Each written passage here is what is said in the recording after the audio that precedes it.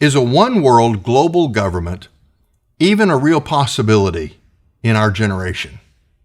As it turns out, political leaders almost since the dawn of human history have always pursued an impulse to take global control of mankind.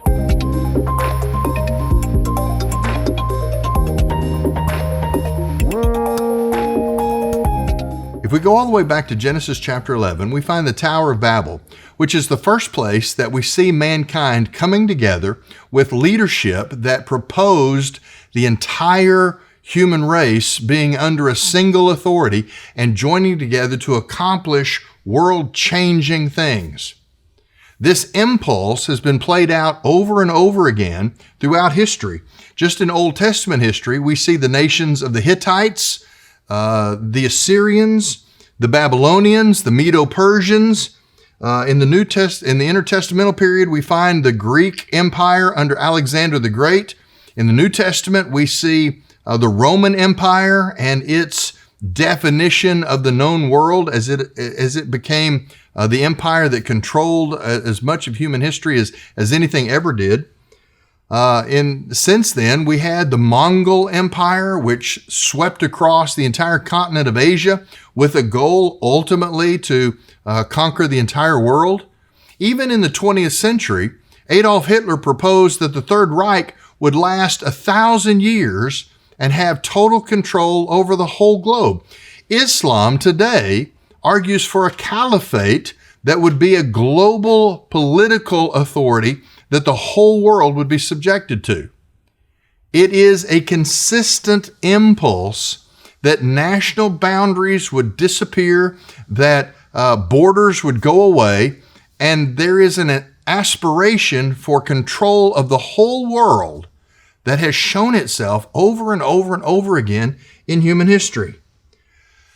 What we find is that as we look back historically at the outbreaks of those impulses to have global government, what we find is an underlying paganism which believes that humanity is the supreme authority and in fact treats the pantheon of various gods as servants of humanity meant to assist us to accomplish what we want. The megalomania involved in the idea of ruling the entire world is something that is so deeply inbred in fallen human nature that we have to wonder where it came from. It is a feature of sin to want control, and that fallen nature that proposes a control over everything else is exploited by an enemy, an evil force, who himself was ejected from heaven for the very same reason. He wanted absolute control of everything. Well, how have we tried to manage this impulse for globalism? Well, in the modern era, we go all the way back to 1814 and 1815, when a meeting of kings and prime ministers across Europe came together in what was called the Congress of Vienna. The Congress of Vienna included monarchs and prime ministers from across the continent who decided that this is post the period following Napoleon. When Napoleon was finally defeated, and Napoleon himself had aspirations to control all of Europe and maybe all of the world beyond that. But when Napoleon was finally defeated, the political leaders of Europe came together and decided that they needed to manage the world. They needed to protect themselves from people like Napoleon Bonaparte. And so they came together in what we might call monarchical globalism. That is, they decided that they would use political solutions to bring permanent peace and solve this impulse of individuals to try and seize power at a global scale.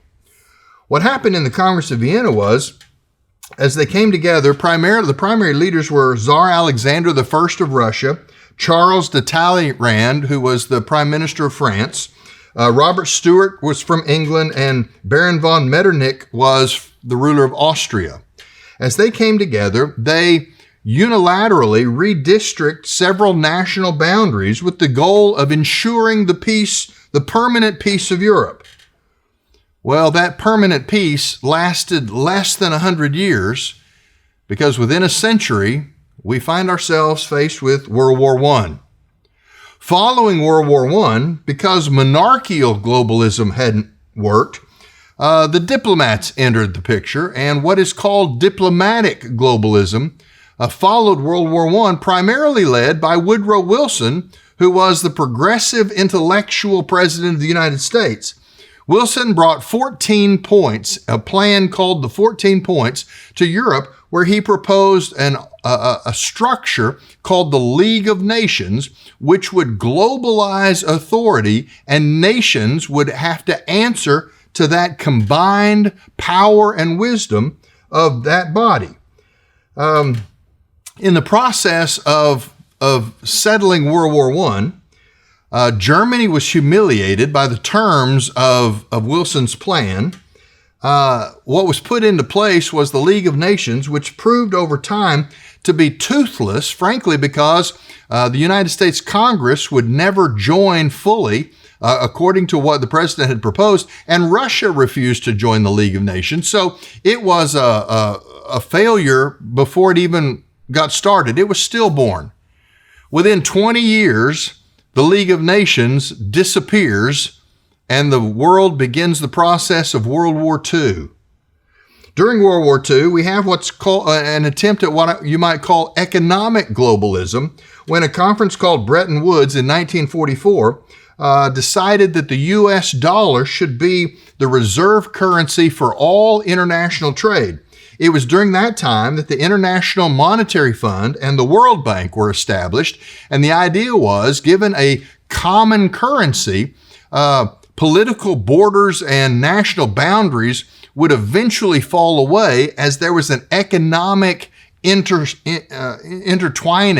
of the economies of all the nations of the world. Well, what happened is inflation and corruption and mismanagement pretty much brought the whole idea of economic globalism, a global authority based on money, it brought it crashing down really within a few years. Now, the IMF and the World Bank still exist, but they don't have near the power and influence that they were envisioned to have upon their creation. After World War II, we have the birth of the United Nations. And surprisingly, while we tend to think of the United Nations in terms of diplomats and political leaders, the United Nations was really the result of what might be called scientific globalism. Following the use of atomic weaponry to end World War II by dropping the bombs on 2 different cities in Japan, the scientists of the world came together and said, science should be the ruling authority. Science is where mankind can find a commonality. And so the United Nations was really established because the scientific elite in a variety of nations decided there needed to be something above the short-sightedness of populist politicians who simply appealed to their own constituency. It was the arrogance that said, we know best for the whole world, and so we'll establish the United Nations, and in doing so, we will have international control of atomic weapons. We'll have scientists and other elites who are smarter than everybody else in the world, and we'll put them in a place where they can actually run humanity. Well, that whole process was submarined as soon as Russia tested their own atomic weapons, and the cat was out of the bag. The ability for an international body to have absolute control and nations would answer to them was stolen away by the proliferation, the ability of individual nations to have weaponry at a level that allowed them to not be subjected to this kind of international control. Since World War II, we've seen a couple of other expressions of this impulse. One is what I would call medical globalism. We saw that in 2020 with the pandemic that unfolded worldwide. The COVID-19 pandemic was seized upon as a basis for this idea of medical globalism. There were medical elites, the World Health Organization and others, who took it upon themselves to instruct political leaders about what they could allow and not allow their own populations to do, their own citizenry. And so for a short time, we answered to these unelected bureaucrats who had asserted their authority by virtue of their degrees, their credentials, the idea that they were smarter than the rest of us and that the whole world would answer to them. And for a short time, a surprisingly short time, the world basically came to a halt because a handful of self-appointed medical rulers decided what the rest of us could and could not do. Now, as we have seen, particularly in Western nations, a pushback against that impulse for global control has shifted in the last couple of years to what we might call environmental globalism. Climate change activists are the newest proponents of globalism, and they continually issue these dire warnings about the consequences of disobedience to their demands. They are essentially a radical environmental cult. They enforce the climate they enforce climate orthodoxy with a religious fervor that we have seldom seen anywhere in history. They brand dissenters and opponents as science deniers, and they flog them publicly on social media.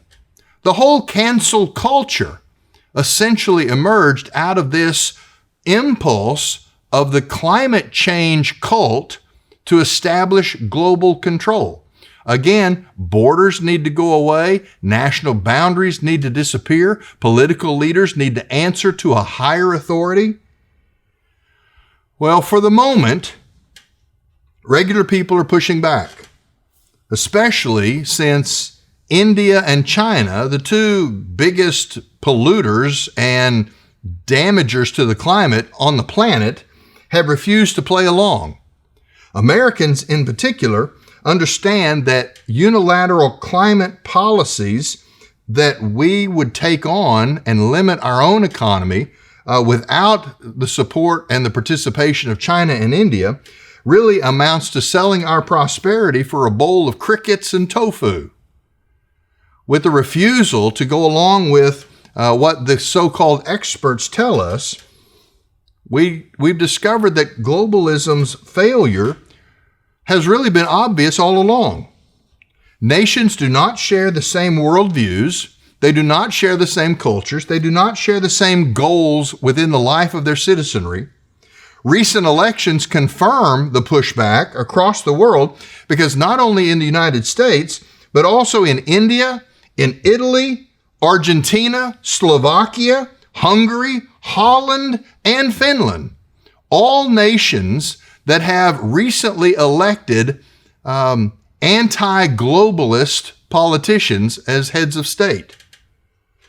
Having failed to unseat major world leaders who oppose their grasp, globalism for a time seems to be on the decline. But let me tell you, history shows that the spirit of the Tower of Babel is never far away, and it always cycles back around. It's the same impulse, just packaged under a different cover. Now, what the Bible has to say about this, we read about several of the empires that I've already mentioned in the book of Daniel, particularly Daniel chapter 2, where Nebuchadnezzar has a dream, and in that dream, Daniel interprets a historical flow of world empires leading to a final empire that is not yet played out, and a final attempt at global control, a true global government ruled by a single man who will be known from the Bible as the Antichrist. In the book of Revelation, he's called the Beast. In the book of Thessalonians, he's called the Lawless One. He will have authority, political authority over nations. He will control all financial transactions. That's Revelation chapter 13. He will attempt to control all religious observances across the globe. Also Revelation 13. The Bible tells us that in the last attempt at globalism, the refusal to worship the Antichrist will mean death. But to acquiesce in worshiping the Antichrist means separation from God and eternal punishment. The Bible has a position on globalization, and it is the idea that from Genesis 11 all the way to the end of Revelation, when mankind gets it in its mind to globalize and bring power into a single centralized authority figure, that is something that we should oppose to the extent that we understand globalization is always implemented by Satan, who is currently the god of this age. That's the phrase that Paul uses in 2 Corinthians chapter 4. The final attempt at globalization will essentially be what John tells us is a resurgence of Babylon. In other words, the last attempt to globalize power will come full circle from the first attempt in Genesis 11 at the Tower of Babel. God has a plan for globalization. There is a global government coming after human history has been settled. It will be under the headship of the King and the Redeemer, Jesus Christ. This is Revelation chapters 19 and 20. Now, in that globalized world, under the perfectly just rule of Jesus Christ, there will still be individual nations. Zechariah chapter 2 tells us that. The kingdom established by God at that time will be a time of righteousness and true justice. Unlike all of the centralized desires for power, this global government, what we call the millennium, will be the system, the political structure that God has designed so that mankind will understand that God is King of the universe. If we go to the Old Testament, we find a short chapter in Isaiah chapter 12, where the prophet is praising God for what he sees to be that final stage of human history. Let me read these verses. Isaiah chapter 12. The prophet says, "Then you will say on that day, I will give thanks to you, Lord, for although you were angry with me, your anger is turned away, and you comfort me. Behold, God is my salvation. I will trust and not be afraid. For the Lord God is my strength and song, and he has become my salvation. Therefore, you will joyously draw water from the springs of salvation. And on that day you will say, give thanks to the Lord, call on his name, make known his deeds among the peoples, make them remember that his name is exalted. Praise the Lord in song, for he has done glorious things. Let this be known throughout the earth. Rejoice and shout for joy, you inhabitants of Zion, for great in your midst is the Holy One of Israel." The impulse to rule the world is a deep-seated expression of our fallen sin nature as humans. But God has a better plan. There is a time when mankind will be united under a single ruler, but it won't be because we grasp at power.